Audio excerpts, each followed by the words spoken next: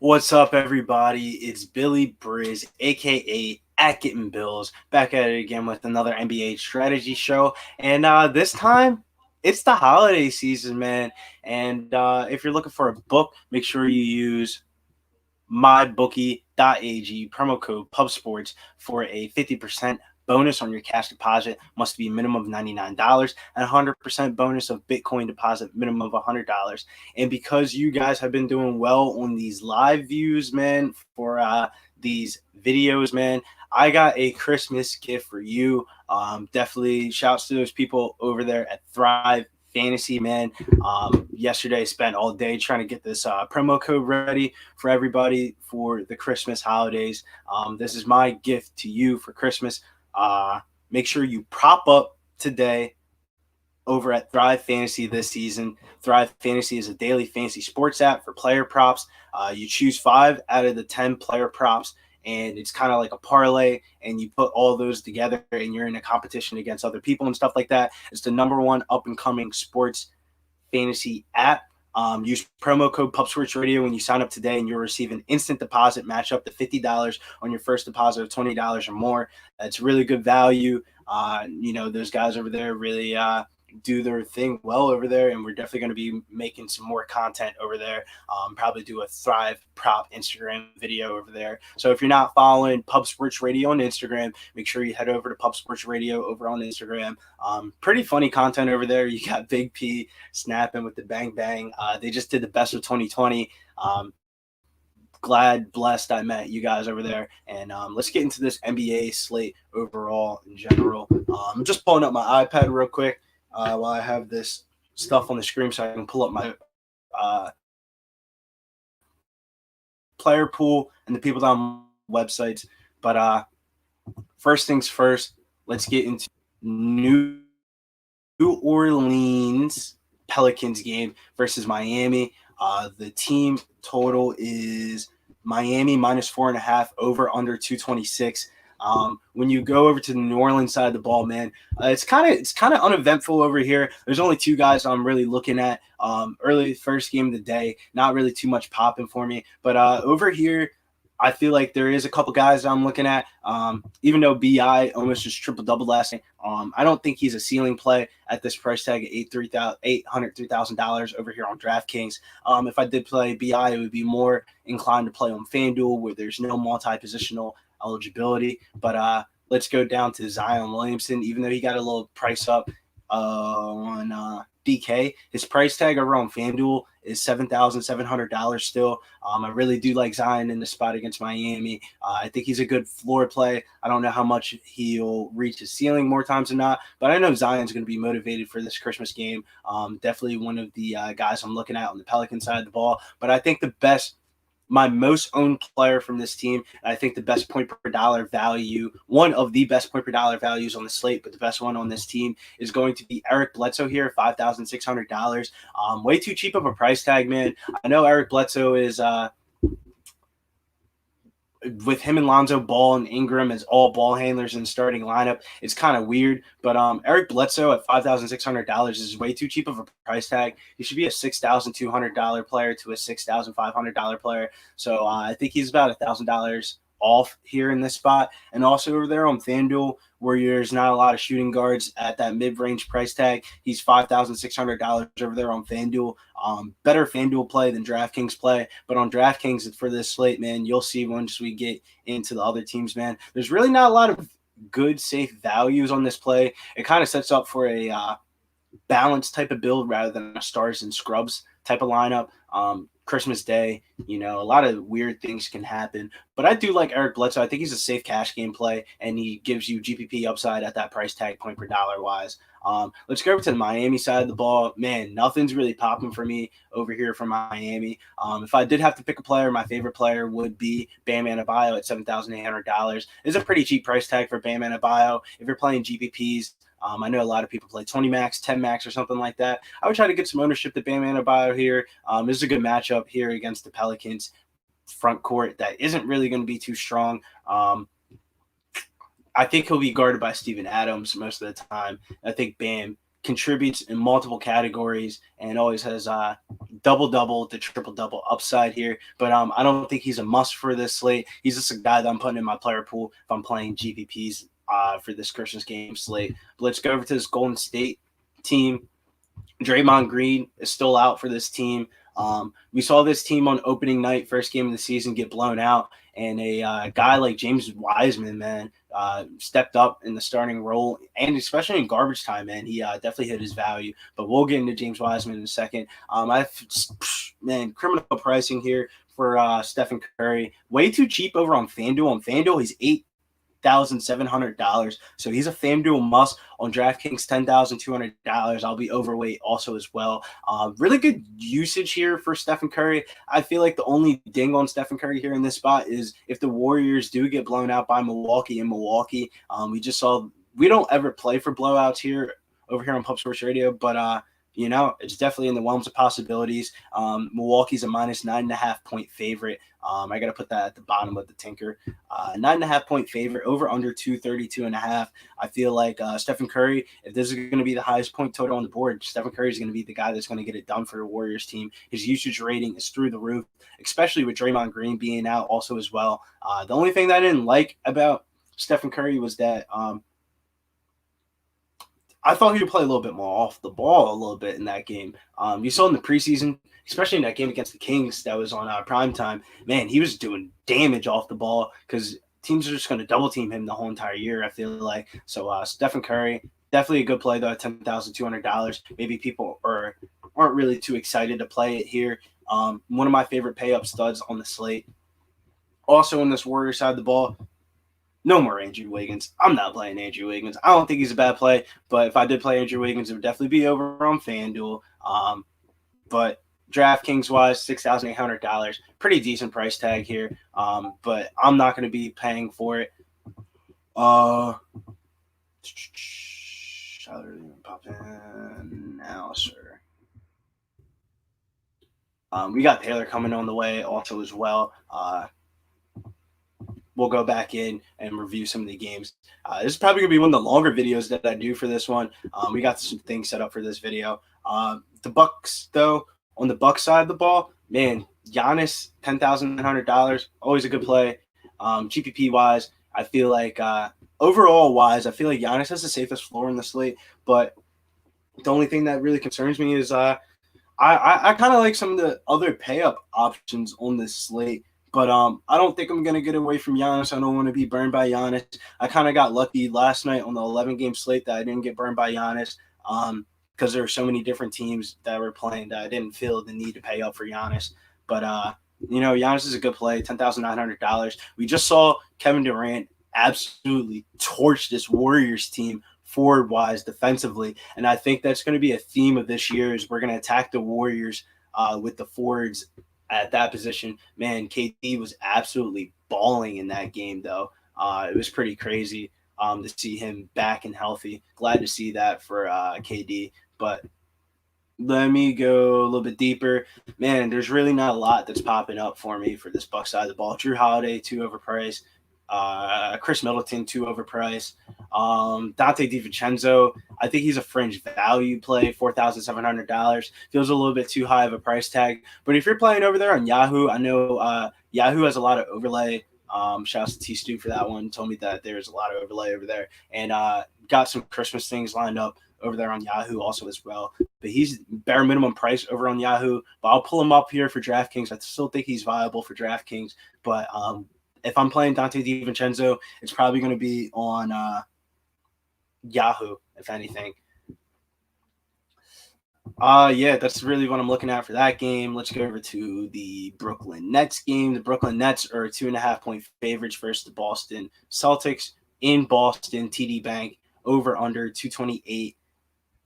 It's a pretty interesting game overall, though, man. It's a lot of weird things that are going on with Boston. They really showed up last night, though, against Milwaukee without Kemba Walker. I was on Milwaukee, man. I didn't think that they were going to show up like that in the first game of the season, man. I got a push, though, because I took the teaser, and I think it was a 2-point teaser. And, man, did I get lucky taking those 2 points. But I kind of push as a loss unless it's UFC That's the only time I count a push as a win, and it's only because you get your money back. But yeah, other than that, man, I don't really like anything from this Boston team, man. Nothing's really popping here. Let me make sure I look at my player pool. I forgot about Marcus Smart. DraftKings, I feel like he's too overpriced at $6,700. But there's a Marcus Smart comment that on Twitter that I thought was pretty interesting. It was just Marcus Smart stats that weren't you know how like the NBA doesn't take deflection stats, defensive block not defensive block stats, but like deflections and stuff like that. Man, Marcus Smart actually played like a really good real life basketball game, but it didn't really translate to the fantasy side of things. But I think over there on FanDuel at $6,400, if you're struggling for a mid-range at shooting guard, Marcus Smart's a decent play, but I think there's some guys at a cheaper price tag at the shooting guard position that would be more inclined to play over there on FanDuel or even pay up a little bit more. I don't really know what I'm doing on FanDuel yet. FanDuel is usually like a day of type of thing, the way things work over there sometimes. That's really it for the Brooklyn Nets Boston game. Let me go over to the Brooklyn side of the ball, though, before I head on to the next game. Kevin Durant, $9,400. Big price tag over here on DK, man. But on FanDuel, I feel like Kevin Durant's going to be a staple in my lineups. $8,500, so about a $1,000 price difference between the websites. Kevin Durant still in a good spot here against Boston. It'll be pretty interesting to see what they're going to do defensively.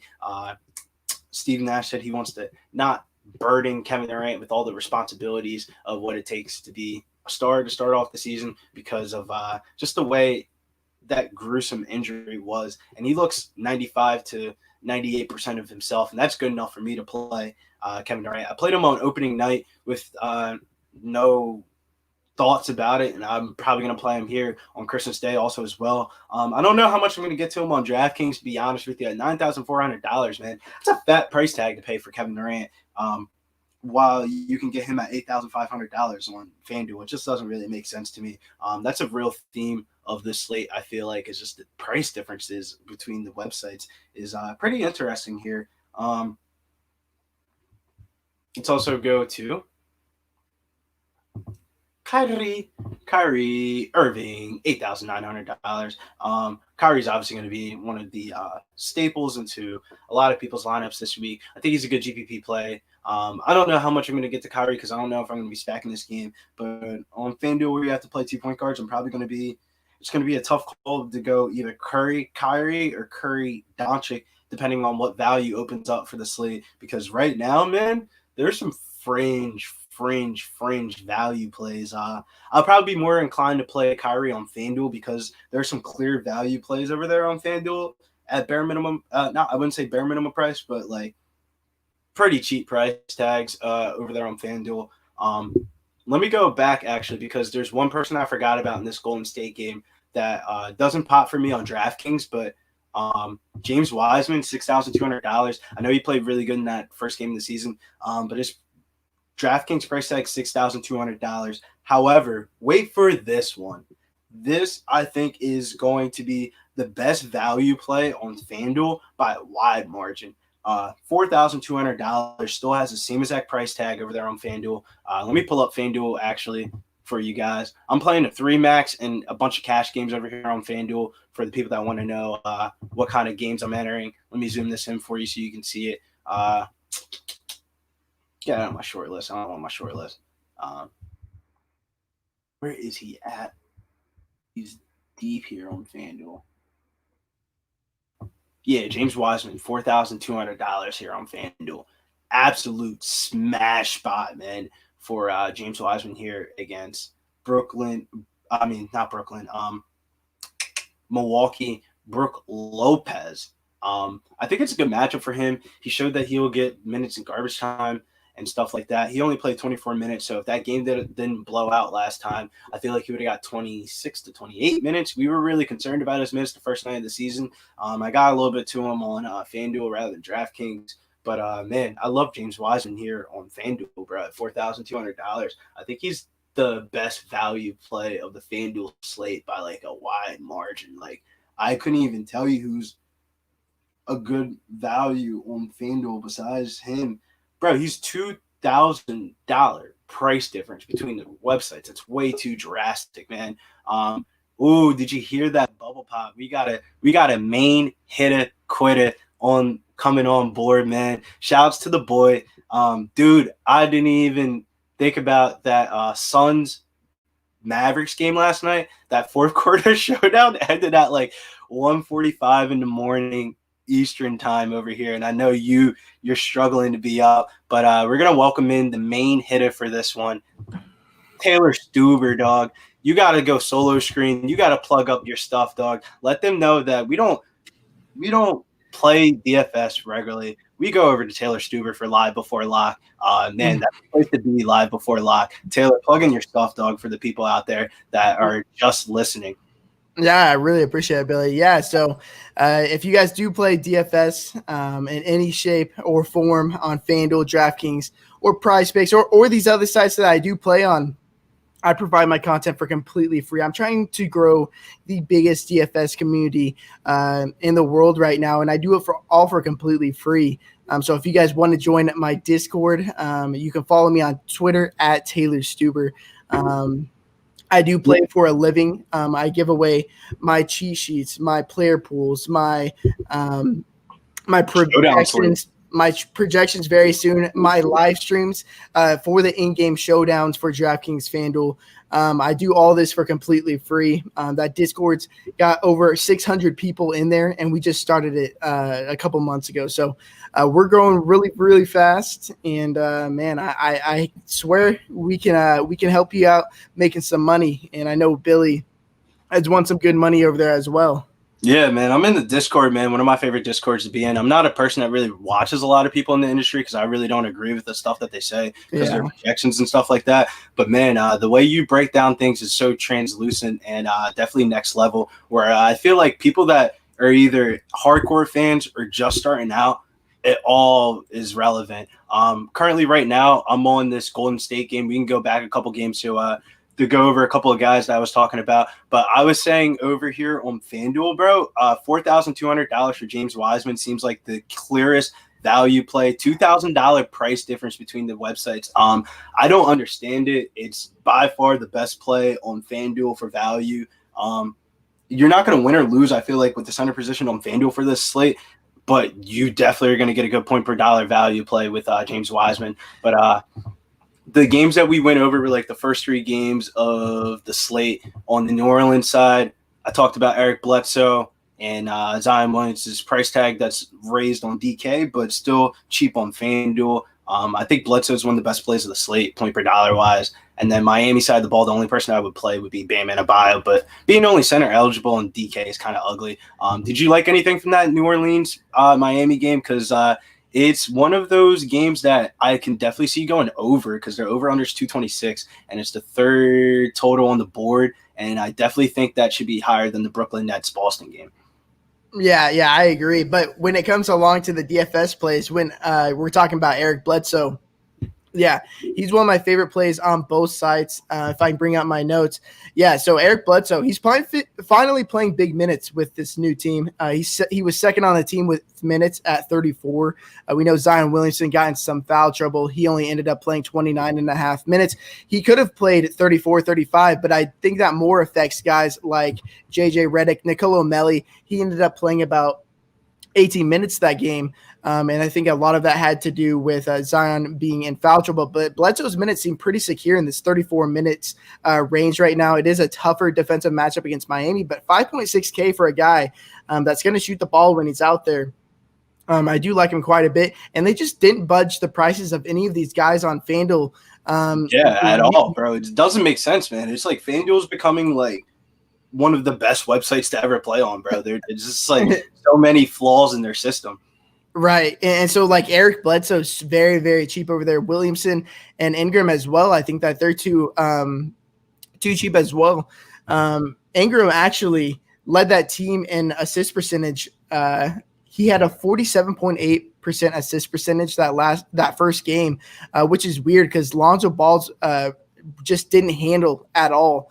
So if we see Brandon Ingram starting to handle the ball more moving forward, this price tag of $7,300 is just entirely too cheap. Yeah, I'm glad you pulled that up on FanDuel because, like, dude, sometimes on FanDuel, it's just like it's not even about like the best plays. It's just more about like just miss wrong price tags, and that's the one that they definitely missed out on. One because I feel like if he triple doubled last night, he was one rebound away from a triple double. If he Yep. triple doubled last night, he'd be at 8,200 the $500 player over here on FanDuel, and I feel like his gameplay works better on FanDuel than it does for DraftKings scoring. That's just my personal opinion. Yeah, for sure. And yeah, I just think Zion, I think people are going to be scared off playing Zion when Zion actually played really well outside of the foul trouble. He missed a ton of minutes in that first half.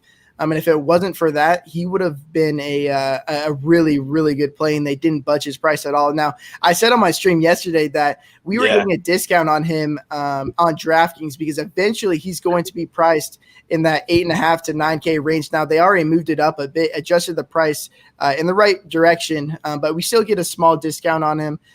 But with this slate being so barren for value, it's going to be tough to get up to higher price guys. And if I'm getting up to only one or two of these high price guys, I'm probably going to look elsewhere.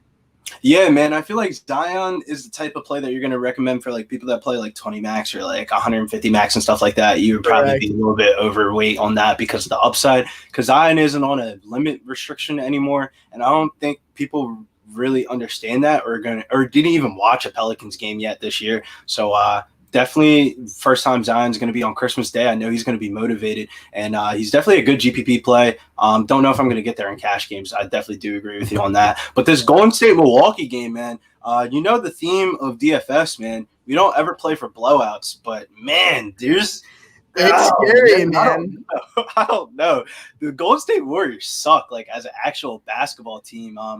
I think they're going to struggle to make the playoffs. Bro, I don't think they're making the playoffs at all. I know. I bet them not to make the playoffs, and it was like plus 120. And it was like, all right, I'm just going to roll out with that one. But definitely feeling way more confident in that bet. We talked about James Wiseman over on FanDuel. Are you inclined to play him on DK, or is there guys cheaper of a price tag, especially in the later games, man? There's some value in the later games. It's scary when watching that game, and really when I was studying the draft this year, I was I am a big fan of James Wiseman. I mean, there wasn't much to research because he only played 3 college games against possibly the worst college competition in college. But yeah, Steve Kerr already announced that last game that he was going to play in just short spurts and short bursts, and they were going to limit his minutes. And so I was thinking in 4-minute bursts. And so I was thinking, he's probably going to play 16 to 20 minutes, somewhere in that range. But the game ended up blowing out, and they extended his minutes to 24 minutes. So if he's out there on the court and he's playing well, especially deeper into the game, if the game is competitive, I don't think Kerr is going to be taking him out of the game. We saw that in the preseason. He missed all the preseason, but he was getting full speed practices in there. And so that I am not inclined to play him on DraftKings at that $6,200 price tag. I think that's a bit too much, but at $4,200 on FanDuel, I mean, he plays 20 minutes. Yeah. 20. If he plays minimum of 20 minutes, I think it's hard to get away from him. He had if I can find this, a 28.9% usage rating. He played the last 7 minutes and 46 seconds of that game, but obviously that was with the JV squad due to this game blowing out. But I mean, this game could blow out as well, and James Wiseman could do the same exact thing. So more so a FanDuel play than DraftKings. You know what's crazy about Wiseman that I really didn't expect from him pre-draft wise, man? I didn't know the kid could shoot, man. He was like confidently shooting jumpers with no hesitation.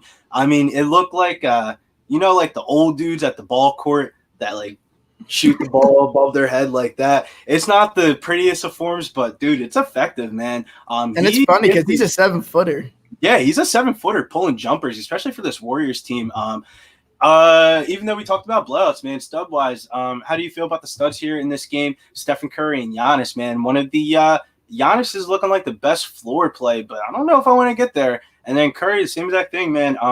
I just have a habit of playing Stephen Curry, especially with when I see his usage with Draymond off the floor and his like usage rating from the preseason is just like, I got to play Curry, especially on FanDuel. bro, he's only still $8,700 on FanDuel. It's still a $2,000 price difference.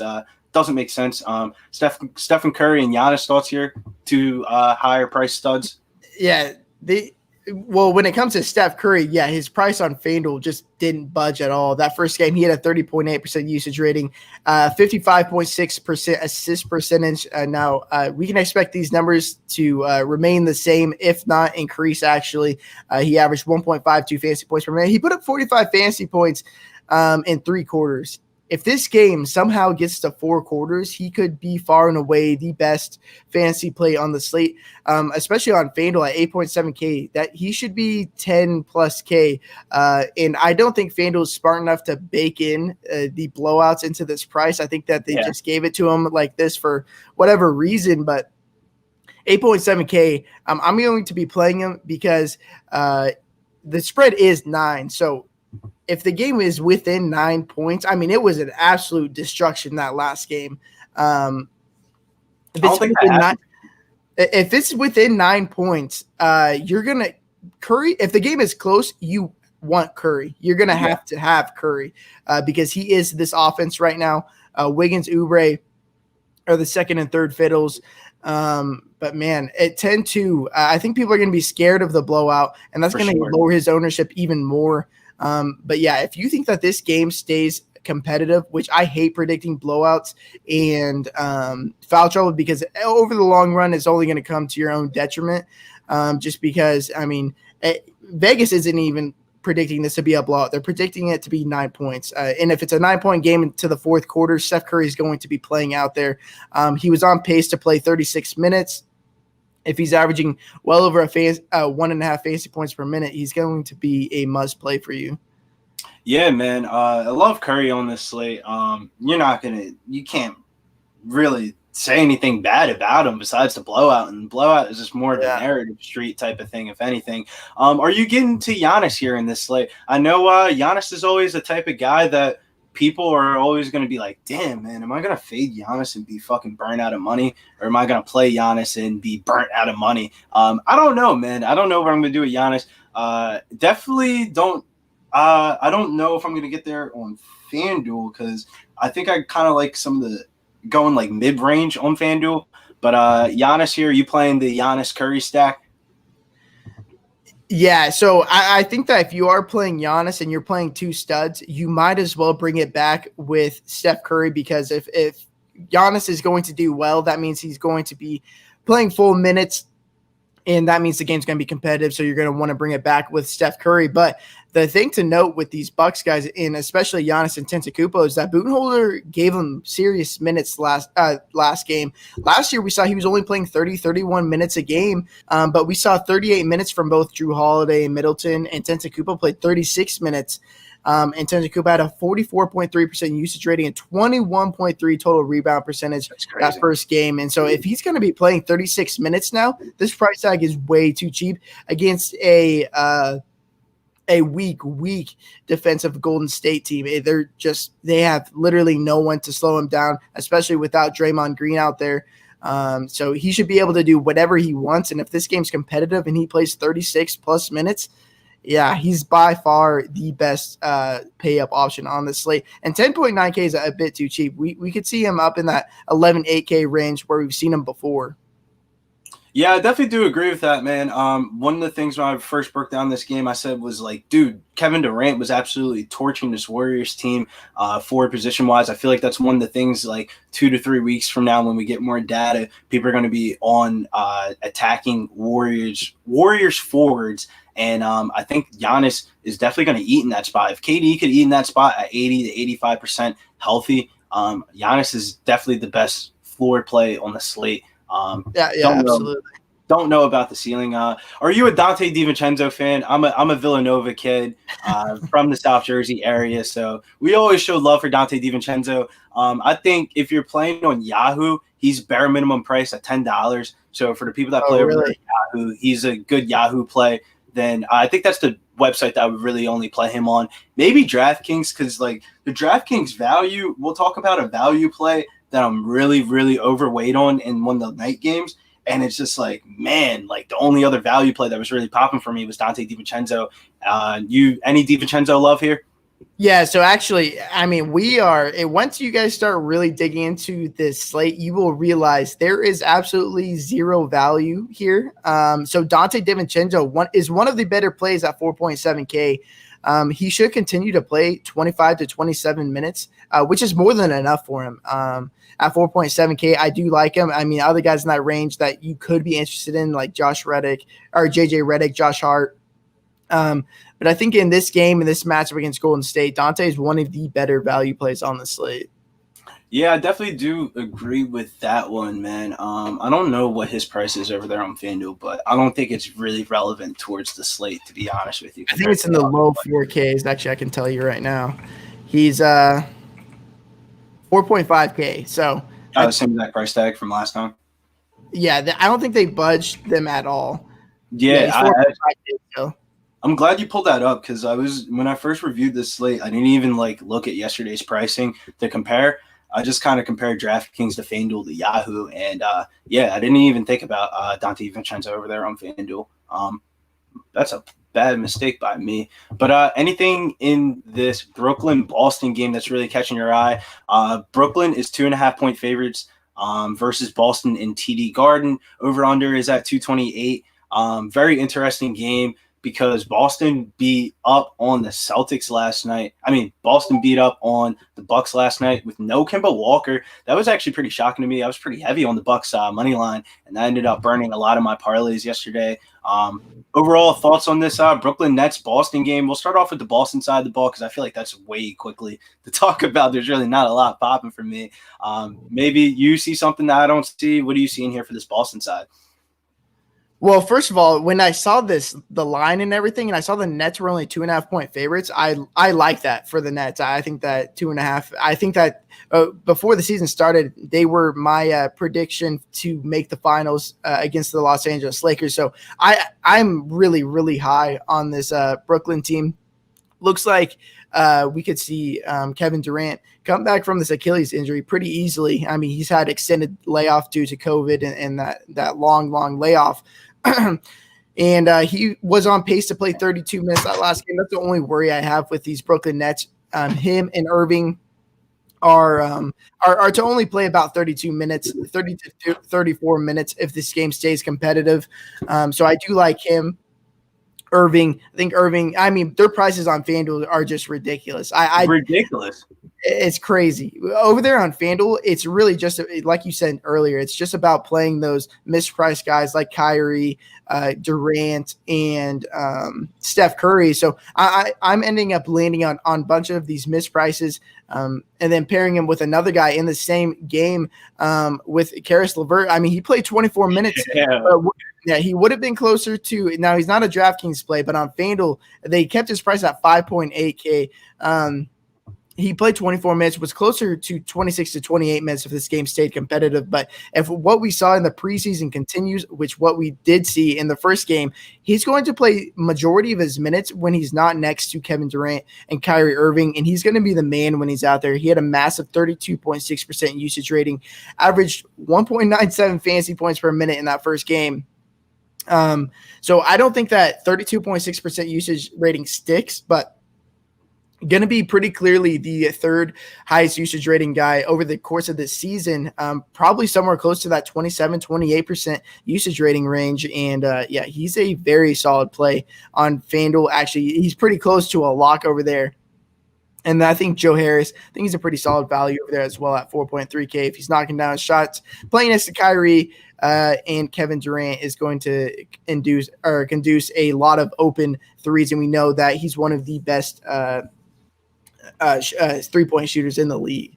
Honestly, man, damn, dude, I fucking played a Joe Harris over opening day and literally missed it by a half. I was so pissed. But it's that blowout, man. I know. Caris LeVert, though, I said in opening day, start thinking about Caris LeVert how you would think about Manu Ginobili back in the day, about how Manu Ginobili would come off the bench and just play that six-man role and absolutely smash. I think Caris LeVert is going to do his best job of replicating that Manu Ginobili role, and he's just making Spencer Dinwiddie look like a secondary piece. I wouldn't be surprised if the Nets got rid of Spencer Dinwiddie eventually by the trade deadline. That's just a different side note of just topic. Yeah. rotation. I mean, that bench is just crazy. The depth of this team is wild. It's so deep. Being a Sixer fan with a Sixer ticket to win them for the Eastern Conference Finals, Miles just burn that, put that shit in the trash, man. Brooklyn Nets are where it's at, man. That's funny. So you have a Sixers ticket? Sixers ticket to win the Eastern Conference Final plus 950. $100 bet to win 500. So yeah, I got a plus 3,000 for them to win the finals. As soon as Daryl Morey went over there, because I thought that there was an off chance that he would drag James Harden over there and somehow retain Ben Simmons and Joel Embiid, but that looks like something that's probably not going to happen at this point. But I think eventually James Harden's going to get moved to someone. And, I mean, it still could be the 76ers. Who knows? I hope it's not Philly, bro. I hope it's not Philly because we get rid of Benner and Embiid, man. Oh, it's not worth it then. Yeah, I don't think his value is just going down day by day, man. Like, it's just very hard of a situation to deal with. Yesterday I said on the show, this morning show, that I wouldn't be surprised to see more of those 8 to 10 game slates with COVID stuff like that. I feel like they're going to try to start slotting a lot of teams to play on the same exact night because of travel restrictions. That's just a different side note. But let's get into this Dallas Lakers game because I got a hot take for this one. This is one of the weird games that I'm not really on, but I'm on more than I thought I would be pregame. Like Luka, obviously, I'm always show Luka love. He's the cover boy of the video, him and LeBron, but probably not going to be playing both of them like that. But I love Luka, always going to love Luka. That his usage rating without Kristaps Porzingis is always going to be noted to definitely a smash spot. This is getting right to the point. One of the weirdest values of the slate for me on DraftKings that I don't think people are going to talk about, Maxi Kleber, $3,500. He is the only value play that I'm really like popping for me because over on FanDuel, he's $5,300. So that's a $2,000 price tag difference for Maxi Kleber. And I know he didn't get the start over Dwight Powell last game, but I definitely still think he's going to play a relevant role off the bench. Definitely a type of game that matches up for his type of game style. One of the things that really is the note about Maxi Kleber, he was productive yesterday in a really bad stat line. He went 2 for 8, 2 for 7 from the 3-point line, and 4 for 4 free throw wise. If he's shooting 7 threes against the LA Lakers in this game, he's definitely going to pay off this price tag at $3,500. I definitely see him getting more than 10 points. He scraped out 10 points and had a terrible shooting percentage game. Are you a Maxi Kleber fan? Are you on it? Yeah, so I was just digging through all of these 3K plays, trying to find a guy. And then especially after focusing on the second half and fourth quarter last night, I quickly okay, so we know that Dwight Powell is the guy for this Dallas Mavericks team, but he's coming off that Achilles injury. And they said that he was a full go, but they took it real slow with him in the preseason. And I think that might have been the reason why he didn't get any fourth quarter run, and they ended up giving those shorter stints to Willie Cauley-Stein, limiting him to only 18 minutes. We did see that Maxi Kleber played a couple of minutes in that second quarter next to Dwight Powell. So that's another boost to his floor in minutes. And so if we get 25 plus minutes from Maxi Kleber at 3,500 against this Lakers team, who really they really seem to be taking it slow with Anthony Davis and LeBron James. So the defense is going to take a hit. So yeah, Maxi Kleber at 3,500, one of the better value plays on the slate if he's going to be given those minutes. Yeah, man. Honestly, I thought I was a crazy person when I was looking at that. It was like, all right, I'm making my first look lineup projection wise in my optimizer, and I have 80% Maxi Kleber. What am I doing wrong? I mean, that's how this slate's going because we don't even have guys that are questionable. The only guy I think that is in danger to miss this game that's not already ruled out is going to be Marcus Morris, and that would really only open up Batum. And I don't even think Batum's price tag went up too much for me on DraftKings to like it. Yeah, it is kind of gross. Let me check something real quick. I want to see Batum's price tag over on FanDuel. I think it's the near minimum. Oh, Yeah. Yeah. FanDuel prices are wild. That was mid price. Holy shit, man! They did raise his price tag from mid price. I thought they were at least raised. They must have literally like copy and pasted the same exact pricing for the last 2 days. But they did. Advantage of it. Crazy. Also, value-wise, I kind of like KCP on the LA Lakers side of the ball. Very productive playing alongside all those Laker players. One of the biggest surprises of the slate, honestly, opening day for me was Dennis Schroeder at $6,300. I got to him on FanDuel, and dog, he almost triple-doubled in that game. And I was like, man, I didn't not see that one coming. But Dennis Schroeder, man, he's very productive playing alongside LeBron. I thought he was going to be a little bit gun-shy because you know how a lot of people play against next to LeBron. They get like real gun-shy and their usage doesn't look like it's looked historically throughout the years. But Dennis Schroeder said, fuck that, man. I'm about to be the man here on the LA Lakers. You can curse on the podcast if you need to. Fuck that. He was the fucking man of that game. Him and Montrezl Harrell were like the only bright spots of this Lakers team. One of the weird things that happened on that first slate was LeBron James injury news with Frank Vogel. That was really weird how he said he was going to play in short bursts but be on the bench for shorter bursts. That literally made no sense to me. It contradicts itself. It makes no sense. It contradicts himself so bad. I know the people in the Discord were like, oh, man, Brown's going off. Well, you should have played Kawhi. I don't think they're that too far off of, like, point total-wise. But LeBron, man, weird situation. Until I see a more confirmation of his usage of minutes confirmed and all that, I don't think I'm going to play LeBron. I'd rather find the money to get up to AD or even find the money to get up to Giannis. AD also, I think he's going to smash against this Dallas Mavericks front court. Really bad front court matchup for them against Anthony Davis. Kind of had a modest opening night, but I think he'll get it back together. Anything else? I can't play Marc Gasol ever again after that foul trouble. I cashed on – that's how bad that overlay was on opening night. I had Marc Gasol, I want to say like 30 to 40% still cashed like majority of my lines, and he literally probably had like 2 fantasy points the whole entire game. I just don't like – I just don't think – even though he got into foul trouble the first game, I just don't think – the offense looks so much better with Montrezl Harrell running the center position. He just kind of feels weird on this team, Marc Gasol. He had a good preseason, though, productive preseason. That's the reason why I played him on opening night. Maybe he'll get it done again here. What are you liking from this LA Lakers side and anything from the Dallas side that we didn't go over? Yeah, so another thing to mention on Maxi Kleber is that facing this big Los Angeles Lakers team who's always going to have 2 bigs out there, we saw that Anthony Davis last year played 30% of his minutes at the 5, and so they were a bit smaller. But if they're going to play this year during the regular season with Marc Gasol or Montrezl Harrell at the 5 at all 48 center minutes, and then Anthony Davis is going to play a ton at the 4, obviously. Maxi Kleber is going to play next to Dwight Powell a couple minutes, as well as the backup 5. So Maxi Kleber's minutes are pretty secure in my head. But as long as when it comes to the Los Angeles Lakers, LeBron only played 28 minutes. He missed the last 8 minutes due to a rolled ankle. Now, I don't know if that's bullshit or if you're just really or if he really did roll his ankle, because even if he did play, if he played those last 8 minutes, he would have played 36 minutes, which wasn't indicative of what we saw in the first half, because I know the rotations of the Lakers like the back of my hand because we played those in-game showdowns, and they did shorten the stints of LeBron and Anthony Davis. Anthony Davis was playing 10-minute stints rather than 12-minute stints in the first and third quarters, and so his minutes took a hit as well.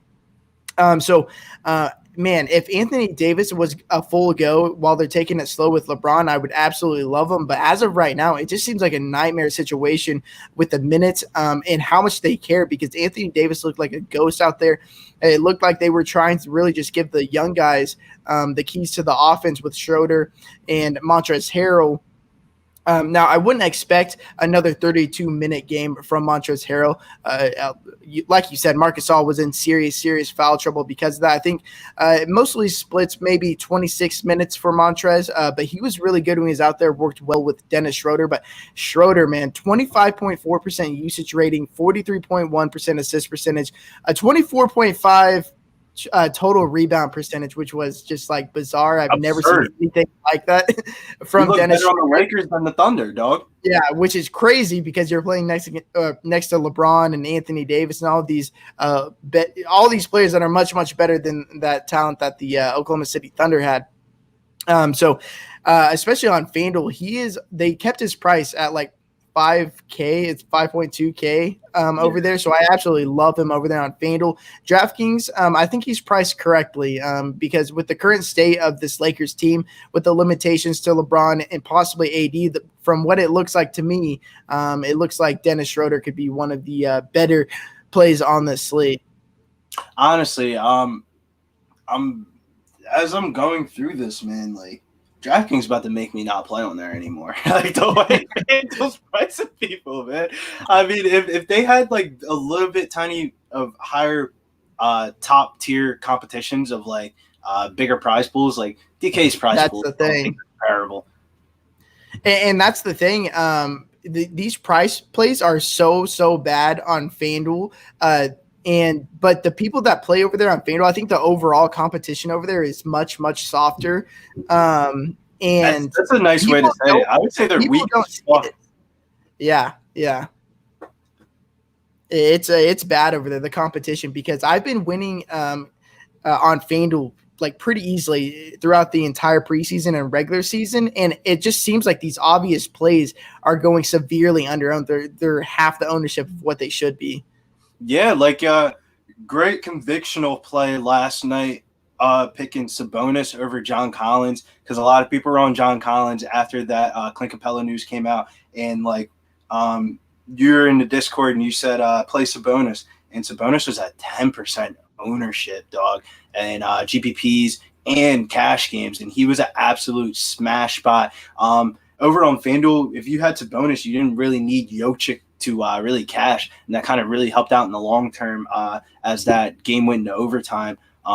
As we talk about these two teams, let's get into these two teams. Let's talk about the Denver Nuggets from last night.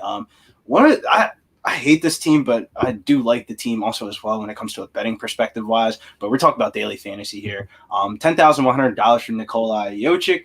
Always triple double upside as usual. I don't know if he's going to get there here in the spot, but it's actually a pretty good spot here. I don't really know who's going to be the primary defender on Nikola Jokic off the top of my head, but I feel like Jokic is going to eat in this spot. We used to smash the Clippers front court back in the day.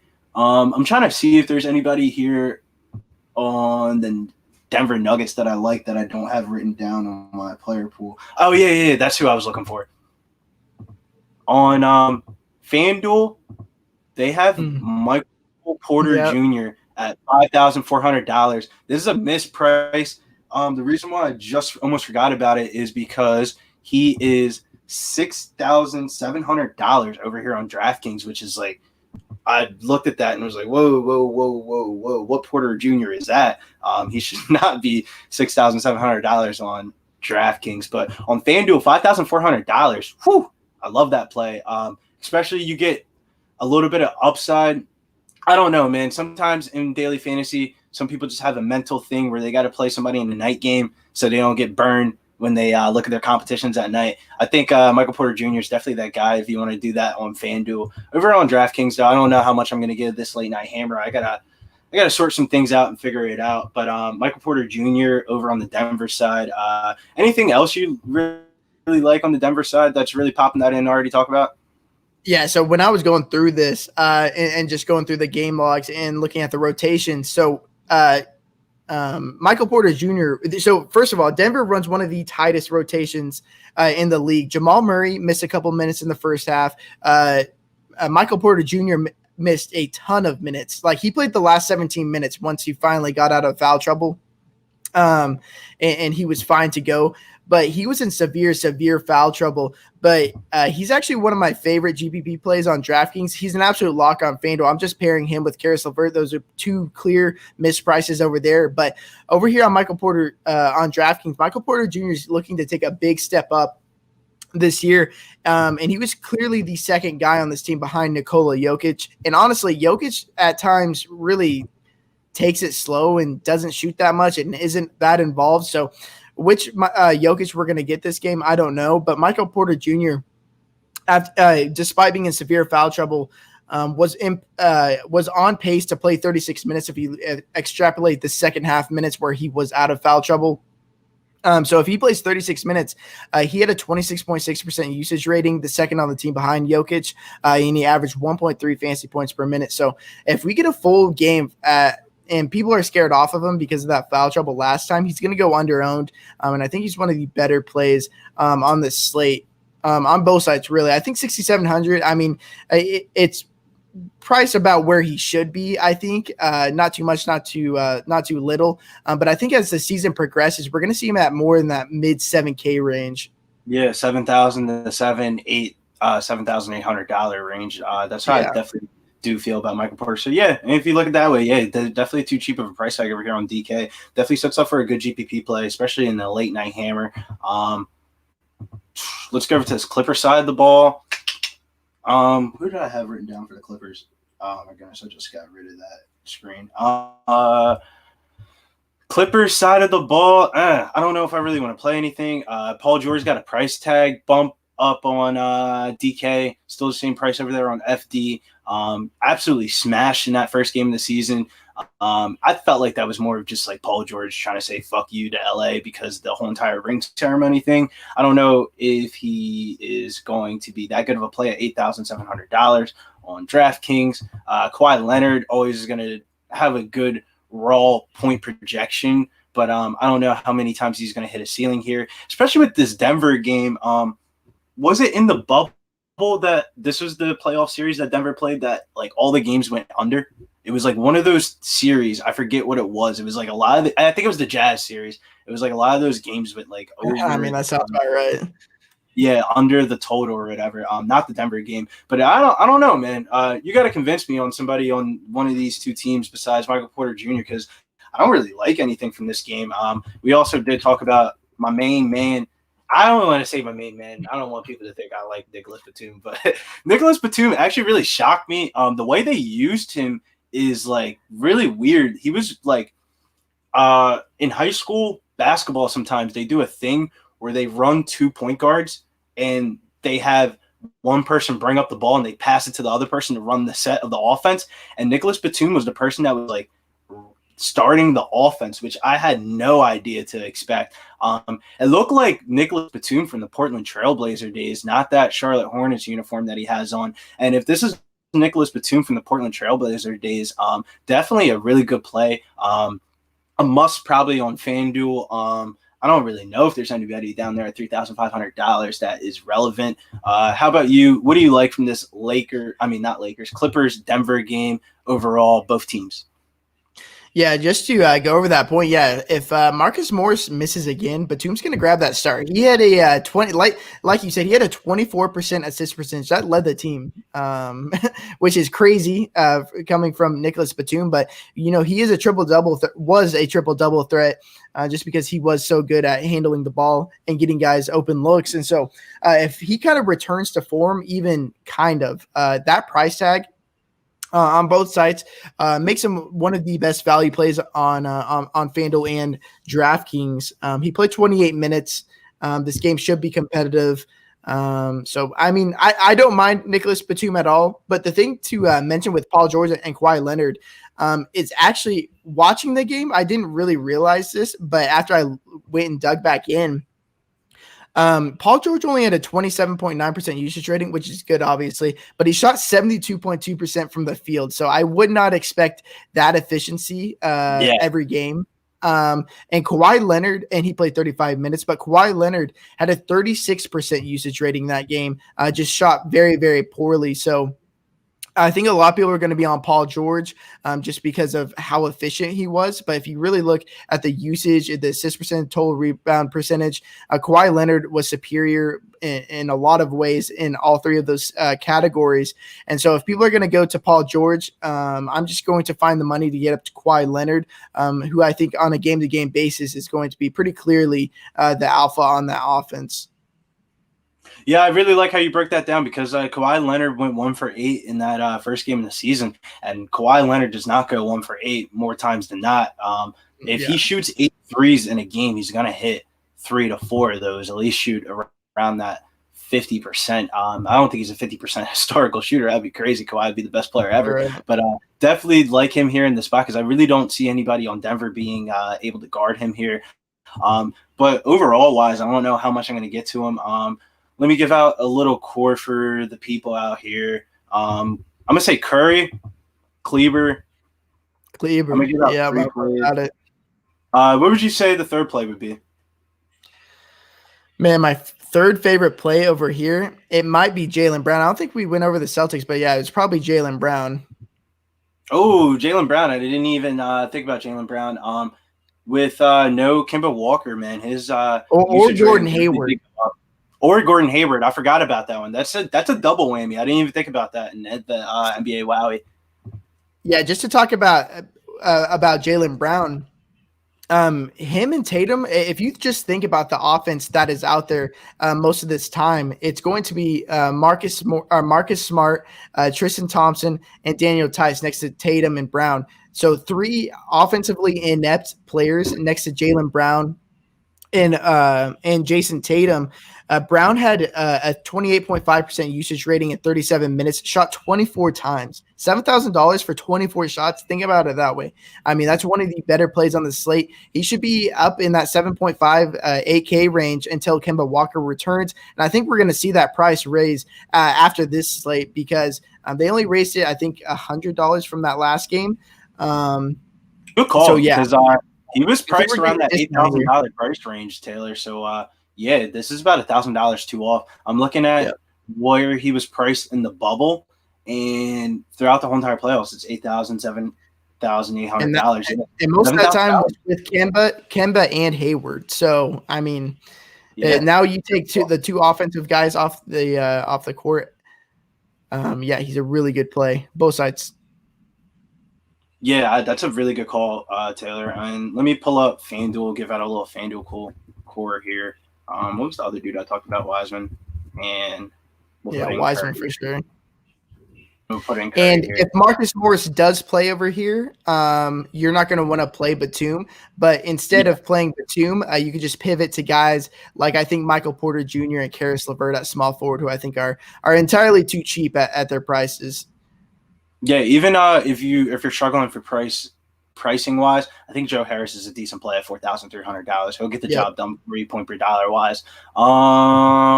Let's go into the second segment real quick. What would you say is your parlay of the slate or favorite game overall of the slate? Like, what are you doing betting wise?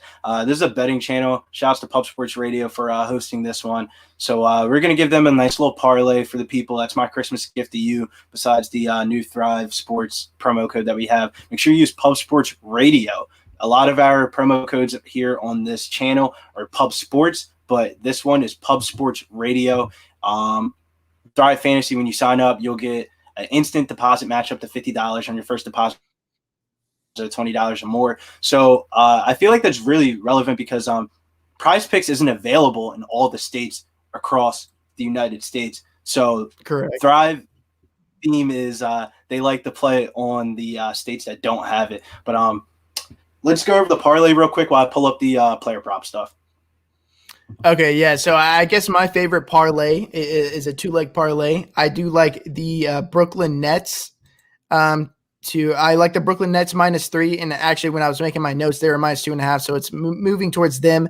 I think they are pretty clearly the better team than this Boston Celtics team, who are without Kemba Walker. It's really weird right now. They played 11 minutes of Tristan Thompson and Daniel Tice next to each other, and I just don't think it's very conducive to being a good basketball team at this point against this Brooklyn Nets team. And I'll pair that with the Dallas Mavericks +6, because if the Lakers are going to be taking it slow at all early on in the season, like it looks like they're going to do with Anthony Davis and LeBron James, I think that Luka Doncic can stick around with this team. I know that he had a pretty bad outing yesterday, shot very, very poorly, but expect to bounce back from Luka Doncic and the Dallas Mavericks.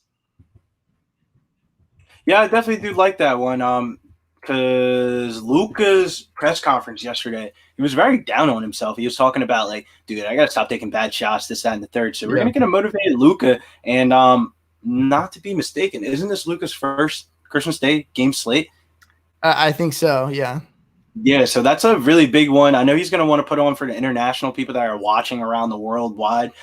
Christmas Day Slate is probably like one of the most worldwide watch events around the world, because it's not like football Thanksgiving Day Slate where it's only played in America or something like that. It's a worldwide type of thing. So I definitely feel like Luke is going to be motivated here. But let's go over to the player props over here. I know you're a Prize Picks guy, so let's go over some Prize Picks stuff. Do you like anything for Prize Picks that caught your eye? Actually, Prize Picks brought this up. You want to scroll down a bit? Yeah, for sure. What are we looking for? All the way down? We're good right here. So I definitely like the man. These are tough today. These are tough on the slate. I kind of like the over on Jamal Murray 34.5. Last year we had him with my projection. I had him constantly in that 38 to 40 range. So I think the over on Jamal Murray is pretty good. What do we have on Michael Porter Jr. right there? Michael Porter Jr. 28. Yeah, I'm gonna take the over on Michael Porter Jr. as well. I think that's pretty close to a lock for me. Because if we get the 36 minutes that we were expecting to get, and he avoids foul trouble with the second highest usage rating on that team, that's very, very enticing. Karis LeVert too. Actually, Karis LeVert 24.5, bro. Yeah, that's interesting. And I think that the Jaylen Brown thing could be a bit low too. But yeah, the Karis LeVert over at 24.5, because I think he's going to be. So think about it this way. With Karis LeVert, if he averaged 1 fantasy point per minute, which we know that he is a far better producer than that, he was on pace to play 26 to 28 minutes. 26 to 28 minutes at a bare minimum 1 fantasy point per minute for Karis LeVert, where he's been having over a 30% usage rating. That's pretty easy for him to do. Yeah, for the people that never played on Prize Picks before, Taylor, you want to give them the promo for your Prize Picks things? Because I think it's one of those neat apps. If I could play it in my state, I definitely would.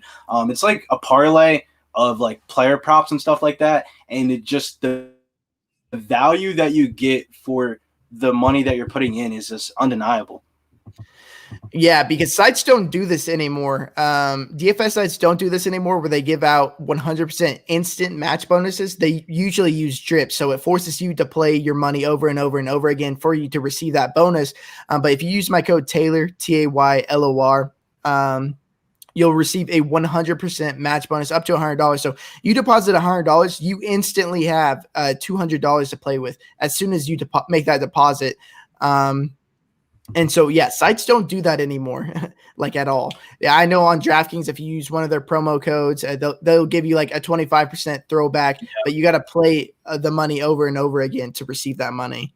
Yeah, I don't like when they do that. I remember FanDuel Sportsbook. I got my FanDuel Sportsbook app. I got like a free $100, and I was like, all right, I'm gonna end up playing. And I realized that I'm gonna have to bet this 100 to actually cash it out. But Josh Redfoot, to answer your question, Prize Pick unfortunately isn't in my state. I know that isn't a question, but we got an answer for you, dog.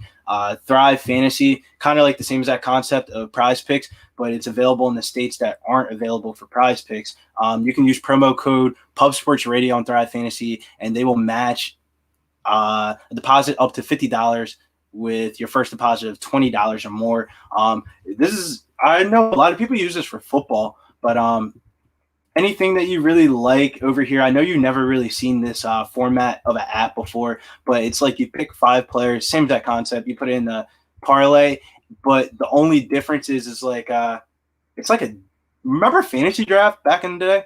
Yeah. Well, it's a no rake type of thing. So it's a no rake Okay. type of thing. That's the reason why I really did that partnership with them, is because I'm all about the no rake free websites. I was the biggest fantasy draft supporter ever for that no rake website.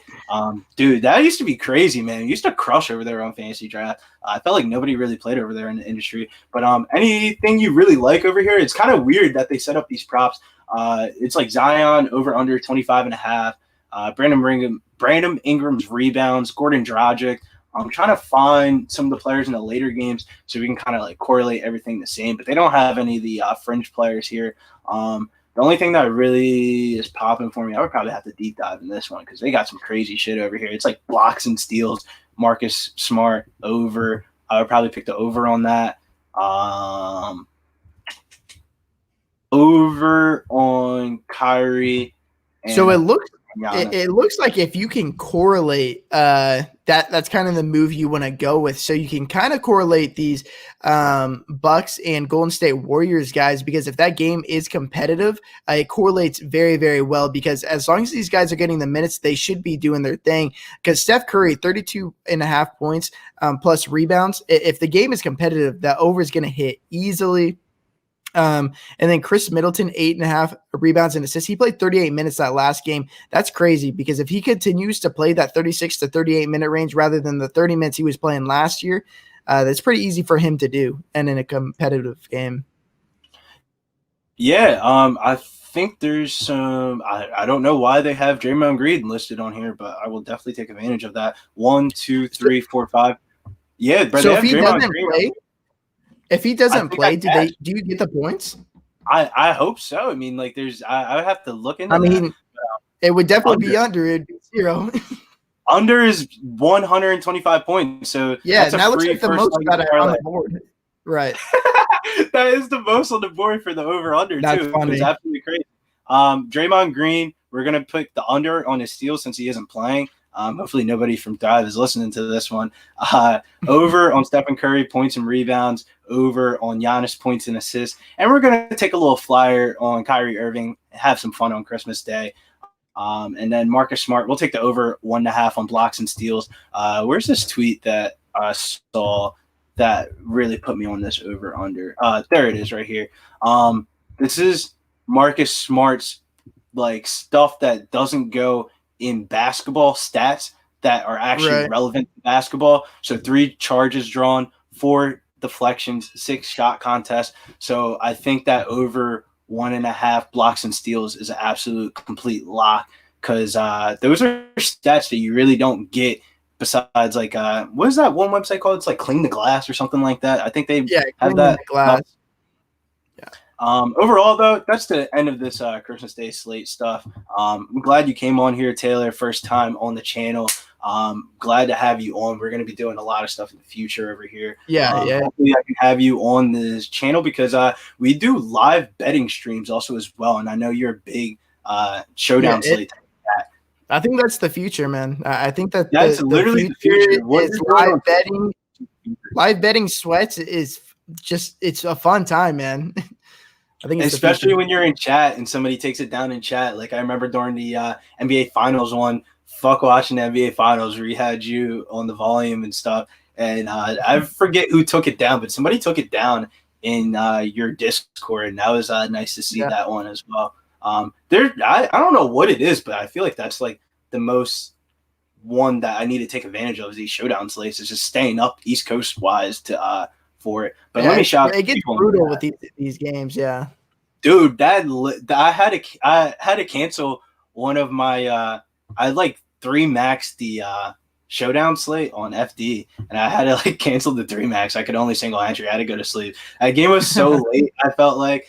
But let's shout out the people in chat, because I know you had some people come over here from your Discord. Shouts to Matt P. Always see you in there. Test Nerd Pawn. Make sure you guys are subbing to the channel, because we have different content when it's related to NCAA betting, NCAA football betting, NFL betting. I just do the DFS side of things for NFL and NBA. Trying to really get this NBA popping over here for this channel. Batum looked good on the slate. I like the comments in the slate, man, on the chat. Shouts to Big Show Picks over there on Twitch for Pub Sports Radio.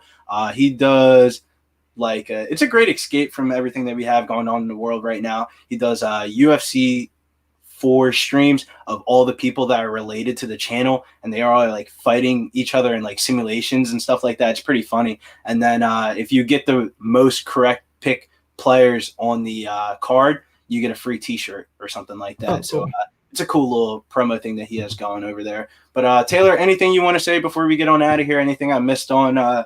Plug yourself once again, man, so the people know that that's the place to be before a lock. Some of that stuff that you talk about in lock is so crucial because you sometimes watch these big content websites like I don't want to doubt anybody, but Awesemo or Roto Grinders or something like that, and it literally feels like if I'm like in a TV show or something, like the way they're talking to me about the plays on the slate. But with you, it feels like more personalized for like depending on what gameplay you're playing, and it's quicker too also as well. You get way more information in a short amount of time. You want to shout that out for everybody because it will be in the description link, all of Taylor's stuff, so you can find him. Yeah, so I play or I provide all my stuff for completely free. So if you want to follow me at Taylor Stuber on Twitter, it's right there. Follow me over there. My pinned tweet will have links to all my stuff, my Twitch, my Discord, my YouTube, all completely free. Just trying to grow a community. I do play and provide full time. So I'm not messing around with this kind of stuff. And a lot of these sites are charging you just absurd amounts of money. And I'm trying to give back to you guys. Provide for free, giving you the best content that I possibly can. I do live stream an hour before on twitch.tv/Taylor Stuber.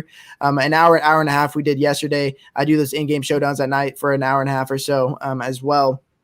But that Discord, we got over 600 people in there. We're quickly growing. I think we got 300 new members in the past 2 weeks over there. So it's a good little community we got over there. Good vibes. It's a good time. Yeah, always a good vibe and good times, especially first time being on the show. Good times and good vibes. It looks like you got the little jacket on. Where are you going after this, man? You got some Christmas Eve? Oh, I just threw this on. It's a little chilly in my apartment. I feel you. That story you said yesterday about that girl walking into. Oh my god, dude! It was a nightmare. Tell that story for the people on the channel that weren't watching that Twitch stream, because I think that I told my girlfriend that story and she was absolutely crying. Yeah, so my setup's right here. So my webcam is right here, and I was messing with my Streamlabs stuff for my Twitch, but I wasn't live. And so I can see my door right there as my front door. And so I just sees this girl or somebody opens the door, and I didn't know if it was like a family member coming over or something. And I'm just like watching in my cam, like they don't know I see them, but they like walk in and they're like on the phone. She's on the phone with someone, and she's like walking to my kitchen, and she's like, when did this get here? Like asking this person on the phone, and she like realizes it's not her place. And I like look around, and she like runs out the door. I go to the door, and she's like sprinting, and I'm like, what the fuck just happened? It was the craziest shit. I was like, I commented in the chat. I was like, dude, you don't lock your fucking doors? Like, what? Yeah, I really should lock my doors. I mean, I feel pretty safer over here, but I've never had any shit like that happen here. It's pretty crazy because I know you don't live in an area where there's like it's like a metropolitan type of city where there's going to be like a lot of people like around her. And it's not like you live in like a Philadelphia or like San Antonio. Well, I used to live in downtown Kansas City for a while, and my shit would get robbed all the time. Like my truck would get robbed. People would break into our apartment, and it was like a pretty nice apartment too. But living back here in Wichita, I used to live in a suburban area near here, but that doesn't happen nearly as much over here. But I should be a bit more safe about that after that experience. I should lock my doors a bit more. Yeah, man. I had to let the people listen to that story because that's probably like honestly one of the best stories I've heard in a very long time. But I've never had anything happen like that before. That is wild, man. We're about to head on out of here though. Make sure you like the video. I'm trying to think. Do we have anything upcoming? Nah, not really. I know UFC's on a break. Oh yeah, make sure you go to Pub Sports Radio on Instagram. We're trying to get the Instagram popping up over there. They have the best of 2020 stuff. I usually go over there on Instagram and give out like a free parlay or something like that. So I'll probably plug up your parlay. You Cool. said the Nets and the Bucks. The Mavericks. Nets. Oh yeah, Nets, Nets and Bucks. I mean Nets and Mavericks points. I keep on messing up my words, man. But see you guys. We're heading on out. I hope you guys enjoyed the video. Yeah, that's about everything.